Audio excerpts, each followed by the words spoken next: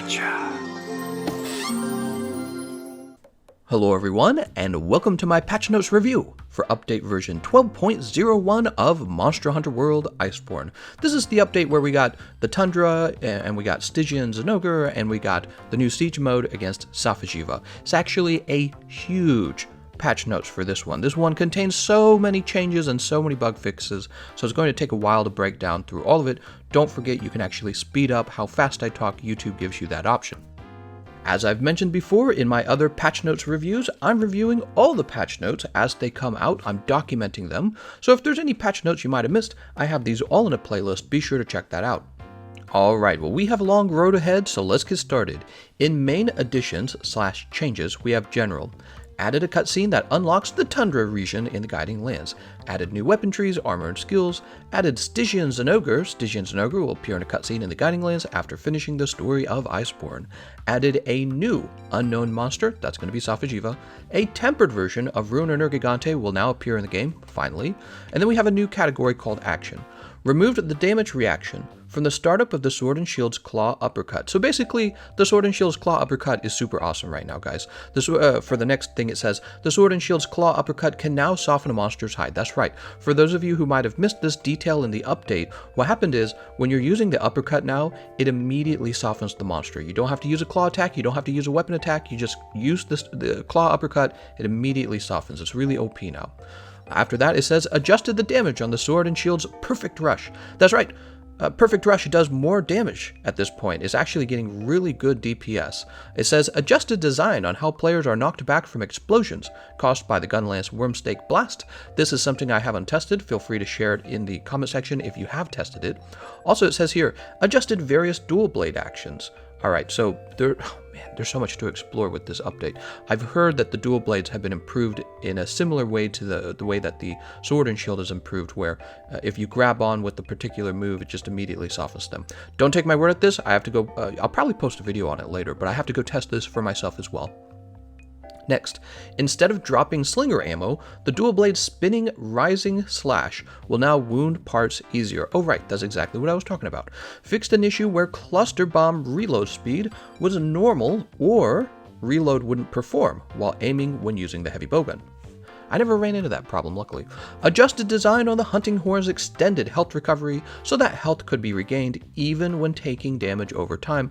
This is a buff to the Hunting Horn's extended health recovery buff. I guess it's called a buff actually, or melody if you want to call it a melody. Basically what would happen is if you were poisoned or if you were bled, you know, you had the bleed status, it would basically cancel any sort of health recovery.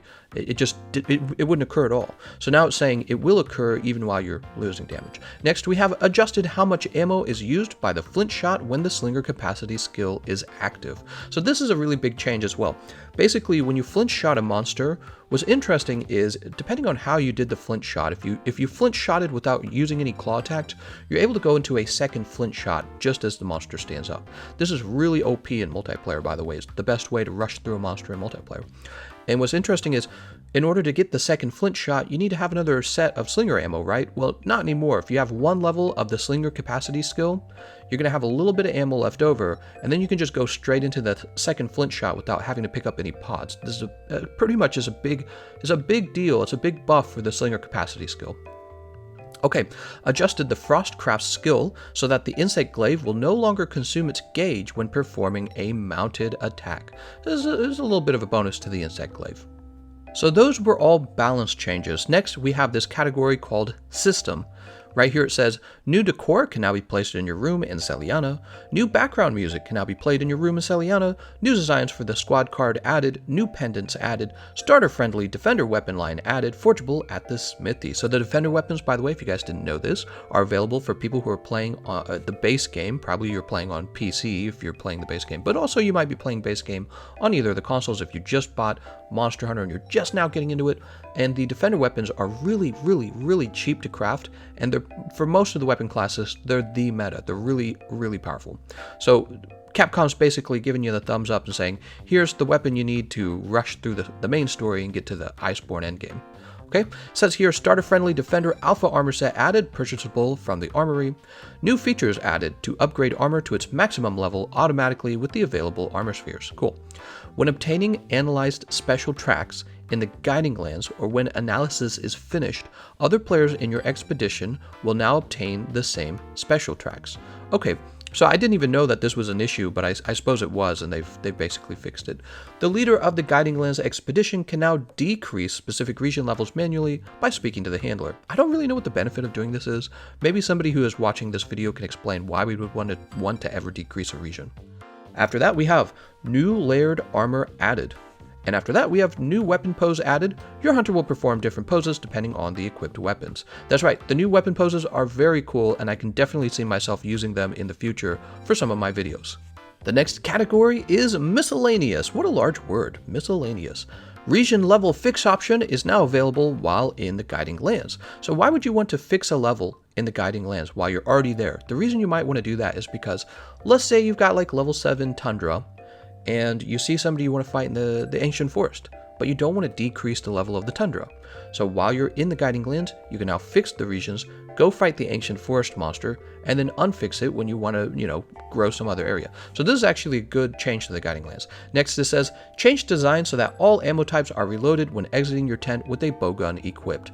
This is an amazing improvement to the bowguns. Everyone knew when you went into a tent and you changed item loadouts for your bowgun, what would happen is, once you're out of the tent, none of those ammo types will have been loaded. You would have to manually load them all after coming out of the tent. And there was a workaround for this where you would swap bowguns. So that's what you would do. You'd swap between two bowguns. Almost like something a computer software does. Right, with temporary variables is what I'm trying to say.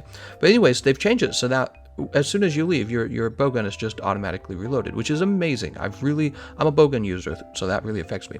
Next, we have red, white, and orange Kinsect extracts can now be harvested from the training area's wagon. I was never too worried about this. Shining Wyvern Blade was renamed to Platinum Dawn. This name was changed to match its appearance, I guess. It's not a big deal. Lowered the frequency of the Palico's voice playback while in standby mode. What? Finally, we have the following decorations are now easier to obtain: Blaze, Stream, Frost, Bolt, Dragon, Venom, Paralyzer, Sleep, and Blast. So the elemental decorations and the ailment decorations, the +4 versions of them, and this is what's giving you really nice, very efficient decorations for your giant decoration slots. Okay, now we're moving on to an entirely new subsection of the patch notes called Bug Fixes and Balance Adjustments. Weird, because I feel like we just had balance adjustments in the general. Category number 1, Base/Facility. Fixed an issue with the priority level of certain meals added to the canteen in Monster Hunter World Iceborne. I wonder why they did that. I kind of like the way it is now, because it feels like you get Attack Up Large a lot from the chef's choice platter. Next, they have fixed an issue that wouldn't allow you to create raging items obtained from the Guiding Lands at the Elder Melder. That sounds frustrating, so these are bugs. Fixed an issue where the music player in your room in Celiana would not appear. Fixed an issue where the game would freeze when displaying certain dual blades in the equipment display in your room. That's a bad one. So dual blades bugged. Fixed an issue where when placing pets via the housekeeper, specific steps would cause an error. Adjusted the conditions to unlock the background music The Invading Tyrant Basilgeuse for the music player. And finally, fixed an issue where after eating a meal at the canteen, the time before your stamina is reduced isn't reset. I think I've had that one happen to me. Next category, we have monsters. Brrr. Fixed an issue where Brachydios would get stuck on top of ledges in the special arena. Fixed an issue where during multiplayer, the explosions caused by tempered Brachydios' slime would not be synchronized between players. Fixed an issue where certain monsters would always be displayed during low-rank quests in the Ancient Forest, even if they don't appear in the actual quest. Tweaked the rewards upon breaking Zenogre's head, along with adding rewards. Fixed an issue where Legiana would continue to walk instead of fly after an avalanche is triggered. Fixed an issue where Nightshade Paolumu wouldn't drop a shiny after a turf war with a certain monster. Fixed an issues where Velkhana would not sustain damage in its turf war with Ruiner Gigante. That's annoying. Fixed an issue where stamina wouldn't decrease while mounted on top of Gold Arathian. That's right, I've got all the stamina, baby. Fixed an issue where Master Rank Lunastra wouldn't use its flare attack. What's the flare attack? Ooh. Flare attack? Interesting. Fixed an issue where Gold Arathian would take more time than usual to land after attacking with its Hellfire Breath. Fixed an issue where, in the Coral Highlands, Namiel would sometimes fall into an area it isn't designated to go. Fixed an issue where certain attacks from monsters would hit twice. Ooh, I wonder which moves were hitting twice. Fixed an issue where the Clutch Claw would work during certain monster actions, even when it shouldn't. Fixed an issue where the coloring of Seething Basilgu's scales wouldn't correspond to its powered-up state. Ah, he's sneaky Basilgu's. Fixed an issue where Namiel's water pools wouldn't react to the monster's electrical attacks, and that's a buff to Namiel. Fixed an issue where Gold Raytheon would roar non-stop if led to a specific area of the Elder's Recess. I never tried anything like that. Fixed an issue in version 11.50 where analyzed special tracks could be obtained while mining from Uragon or Radobon's back in the Guiding Lands. Oh, they got rid of that, huh? We apologize for not notifying players of this earlier. That was a fun little thing where you could constantly trip Radobon and Uragon and obtain specialized tracks from their back. I don't feel like they should have removed that. That was fun. And finally, adjusted how long an Elder Dragon and certain monsters stay in the same area of the Guiding Lands. So wow, Capcom has really been working hard on making adjustments to the game. Next category, player. Fixed an issue where the longsword's Foresight Slash or EI Slash or the Evasion Mantle would successfully trigger an evade when the monster is knocked down, even though no attack hitboxes were even present. Oh, that's kind of a nerf then, right? It was a bug. Fixed an issue where Lunostra's information in the Guiding Lands menu wouldn't appear under certain conditions. Fixed an issue where if you don't have the Surveyor kit, and under certain conditions talk to the Linean Researcher, the first tutorial for the Surveyor set would not appear and you wouldn't be able to obtain the item. What? Fixed an issue where in the Coral Highlands, monsters would get caught in environmental traps instead of being knocked down as a result of colliding with the wall from a Clutch Claw flinch shot. Let me reread that. Fixed an issue where in the Coral Highlands, monsters would get caught in environmental traps instead of being knocked down as a result of colliding with the wall. What environmental traps? Coral Highlands has environmental traps? Oh, they must be talking about those water things in the bottom floor. Fixed an issue where health boost skill increases wouldn't display properly to other players during multiplayer. That's weird. Fixed an issue where only the effect sound plays in certain situations after the heavy bowgun auto-loads its ammo. Weird. Fixed an issue where icon colors would not display correctly when upgrading a weapon. Fixed an issue where the upgrade state of equipment wouldn't be reflected when updating an equipment loadout. What? Some of these are kind of wordy, aren't they? Fixed an issue where in specific situations, slinger ammo would get embedded into walls when performing a Clutch Claw weapon attack on a monster. That's not an issue, that's cool. Fixed an issue where the Master Gatherer skill wouldn't activate when mining with the pickaxe. Darn, I guess I have to mine with my shovel. Fixed an issue where auto shoutouts would display unintentionally after using the Clutch Claw to slam a monster into the wall. Fixed an issue where the attack and control guide would not match after a backwards evade with the sword and shield? That's so specific. Fixed an issue where skills related to draw attacks would be consumed if the draw attack came into contact with Velkhana's Frost. That's good. Fixed an issue where a flinch shot would occur when grappled onto a monster even though no button had been pressed. Oh yeah, that's a big issue. Fixed an issue where a critical hit effect would appear when wounding a monster's hide after hitting it with the Sword and Shield's claw uppercut. Made adjustments to the Dual Blades spinning rising slash along with increasing some elemental scaling. Interesting. So that's actually a balance change, and it feels like this little note doesn't belong here. These have mostly been bug fixes, but it says once again, adjustments to the Dual Blades spinning rising slash, we knew about that one, but it also says along with increasing some elemental scaling. Ooh, so maybe we're doing a little more damage with the Dual Blades. Fixed an issue where players would still be inflicted with an elemental blight even when guarding certain monster attacks. So even when guarding, interesting. So you would guard like an ice attack and you'd still be frozen maybe. Fixed an issue where the position of certain weapons while sheathed was inaccurate. Fixed an issue where, while searching under specific criteria, the second page of SOS flares couldn't be viewed. Fixed an issue where the effect for the Charge Blade's Power Axe mode would continue to display. Fixed an issue where player character behavior would become erratic if the player becomes zombified in mid-air while close to a ledge. Fixed an issue where some skill color on player character would not display properly when the zombification status is removed. Fixed an issue where the default color for the Gastodon layered armor was unnatural. Fixed an issue where correct defense numbers were not being showed when defense-related skills are activated when forging or changing equipment. Here's one specific to the PlayStation. Fixed an issue where, when holding down the triangle button to continue to reload while aiming the heavy bowgun, the reload would not continue after reloading cluster bombs. Okay, it sounds like that's what they were talking about. Oh yeah, and they have the same thing here for the heavy bowgun, so there's a little bit of redundancy in the notes here. Fixed an issue where palico commands would change places in the items window after switching palico gadgets. I've actually experienced that one. I know that one because I do this a lot. I mess with my item loadouts a lot. Fixed an issue where the hunter would not perform an action when a button is pressed after the player uses the left stick and a buffer input is recognized. What? Alright, we're moving on to our last category. It's only 15 minutes long. Wow, there's a lot to talk about here. Alright, we're in the home stretch, everyone. Miscellaneous fixed an issue where the directional button camera controls wouldn't respond at times when using item control setup type 3 or type 4. That's so specific.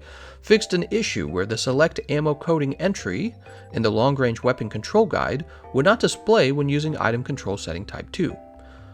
Fixed an issue where multiple actions would be performed at the same time when the player uses the surveyor kit and the functionality of the L1, R1 buttons is switched in the controller settings. For Xbox, that would be LB, RB. Fixed an issue where characters could fall off of the map in the Coral Highlands. Well, that's a big problem. Fixed an issue where the analysis gauge would disappear when the player obtained analysis in progress special tracks or analyzed special tracks. Fixed an issue where mollies would continue to dig into the ground. Fixed an issue where activation conditions for skills that raise elemental power wouldn't display properly when inspecting other players' equipment. Fixed an issue where the monster's information wouldn't sync properly between players when the monster is near death. Fixed erroneous, what a word, erroneous. Fixed erroneous information in the A Man and His Shield and the Boa Challenge treasure tip. Wow, that was kind of a harder to read tip. Fixed an issue where multiple monster background music would frequently switch and play during a quest. Fixed an issue where the order of the item pouch would unintentionally change upon closing the application. That sucks. Fixed an issue where ranking information couldn't be retrieved if a deleted player was registered in the rankings. Okay. Updated an error message that is displayed when save data is damaged. Fixed an issue where portions of save data would be erased under certain conditions for users who have cleared the Peon of Guidance and to the guided a Peon quest. Ooh, that would be bad. And finally, I said minute, I do this every time. Other minute game balance tweaks and minor bug fixes have been made. They use the word minute, which I don't hear it used very often. It means small or minuscule. It's not a common word. It's so funny. And when you read it, even if you speak English, and you speak it a lot like I do, it's very easy to confuse the word with minute, because it looks like the word minute, as in hour and minute, but it's actually minute. Other minute game balance tweaks. All right, well, we're done. Wow, it was like a 20-minute patch notes video. Yeah, so they've changed a lot. The big takeaways are we've got some new monsters. There were some really cool balance changes. Flinch shot twice with the slinger capacity skill. Sword and shield uppercut and the rising slash on the dual blades. And the bowguns now reload when you leave the tent, which is amazeballs. All right, so that's going to be it for this patch notes number 12.01. Once again, if you want to watch the previous patch notes because maybe you're afraid you've missed some sort of important information in the past, I have it all in the playlist. I want to thank you all for watching, and I'll see you guys next time.